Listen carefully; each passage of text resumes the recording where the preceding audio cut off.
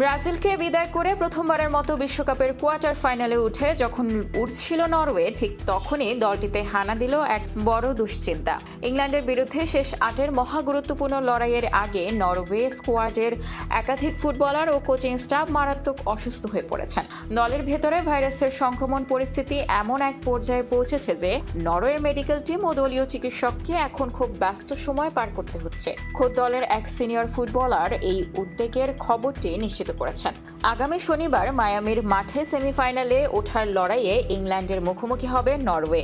এই ম্যাচটি জিতলে তারা সেমিফাইনালে পাবে আর্জেন্টিনা অথবা সুইজারল্যান্ডকে। কিন্তু হাই ভোল্টেজ ম্যাচের আগে ফক্স স্পোর্টসকে দেওয়া এক সাক্ষাৎকারে নরওয়ের গোলরক্ষক অরিয়ান নিওল্যান্ড নিশ্চিত করে বলেন, আমাদের কিছু সমস্যা হয়েছে। ছুটির সময়ে কেউ একজন সংক্রমিত হয়েছিল। আমরা পরিস্থিতি সামাল দেওয়ার সর্বোচ্চ চেষ্টা করছি। বিশ্বকাপে আসার পর থেকেই বস্টন, নিউ জার্সি ও ডালাসের মতো শহরগুলোতে দীর্ঘ বিমান যাত্রা ও তীব্র ভ্রমণের ধকলই এর মূল কারণ বলে মনে করা হচ্ছে। নরওয়ে সংবাদ মাধ্যমগুলোর দাবি, টানা ভ্রমণের ক্লান্তির প্রভাব পড়েছে পুরো স্কোয়াডের ওপর।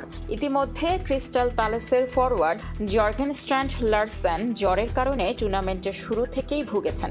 এমনকি ব্রাজিলের বিপক্ষে ঐতিহাসিক জয়ের ম্যাচেও একই অসুস্থতার কারণে খেলতে পারেননি ডিফেন্ডার মার্কাস হোলমগ্রেন পেডারসেন। ফুটবলারদের পাশাপাশি আক্রান্ত হয়েছেন খোদ প্রধান কোচ স্তালে সোলবাক্কেন।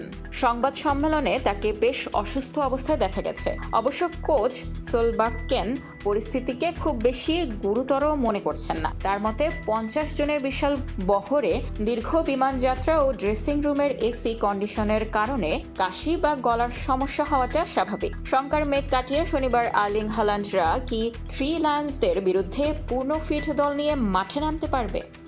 স্পোর্টস ডেস্ক, খোলা কাগজ, ঢাকা।